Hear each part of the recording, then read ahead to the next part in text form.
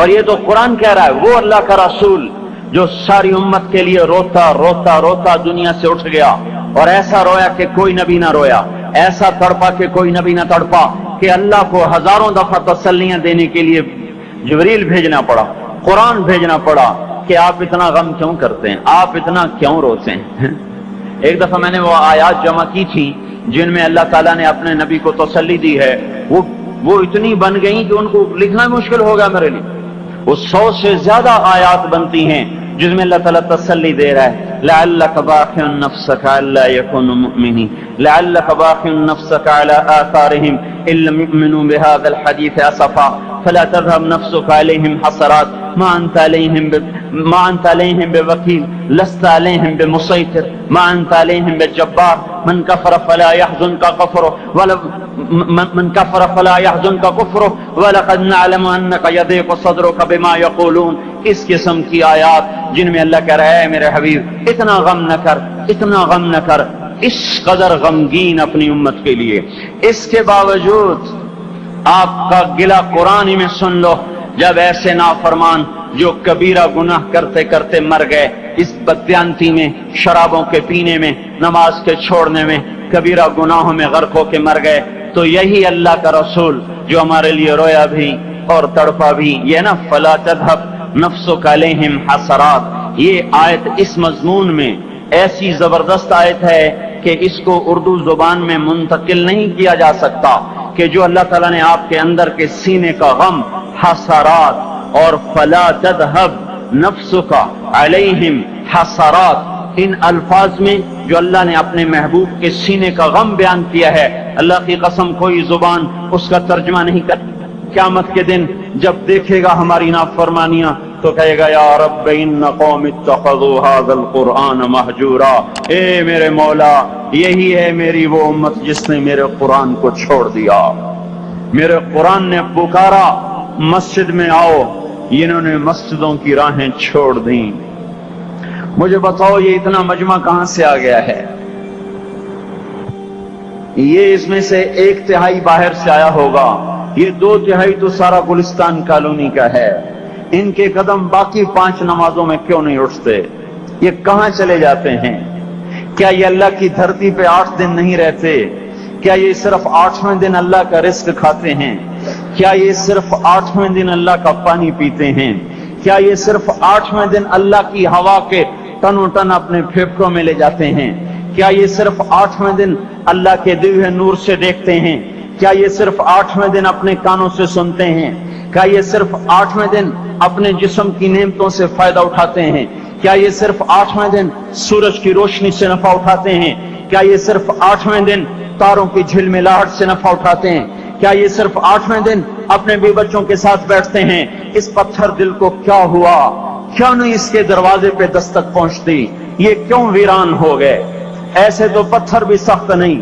عطا اللہ شاہ بخاری کہا کرتے تھے اے ہندوستان والو، تمہیں اتنا قرآن سنایا کہ میں سر کو سناتا تو صبا بن جاتی، میں پتھروں کو سناتا تو موم ہو جاتے، میں دریاؤں کو سناتا تو طوفان تھم جاتے، اور میں موجوں کو سناتا تو ان کی طغیانی رک جاتی۔ پتہ نہیں تم کس مخلوق، کس چیز سے بنے ہو، کس خمیر سے بنے ہو، تمہارے سینوں میں دل نہیں ہے، پتھر ہیں، اور پتھر سے بھی زیادہ کوئی سخت ہے، اشد قسوۃ من الحجارہ، پتھر بھی اللہ کی حیبت سے لرزتا ہے اور کانپتا ہے، پر تم کون سے انسان ہو، کیسے سینوں میں دل لیے پھرتے ہو کہ 5 دفعہ اتنا بڑا بادشاہ تمہیں پکارے حی علی الصلاۃ حی علی الصلاۃ، ایک تھانے دار پکارے گلستان کالونی کا کہ تمہارا سمن ہے آ جاؤ، تو سر پہ پاؤں رکھ کے بھاگے، ڈی سی پکارے تو کام چھوڑ کے بھاگے، اور تمہارا زمین آسمان کا بادشاہ تمہیں دن میں 5 دفعہ پکارے اور کانوں پہ جوں نہ رینگے، اور 8ویں دن مسجد کو آ رہے ہوں۔ کیا 8ویں دن کھانا کھایا ہے؟ کیا آج ہی پانی پیا ہے؟ کیا آج ہی چائے پی ہے؟ یہ ایسی جفا اپنے آپ سے کرتے، شیطان سے کرتے، ملک و مال سے کرتے، اپنی دکانوں سے کرتے، یہ بے وفائی اللہ سے کیوں کی ہوئی ہے؟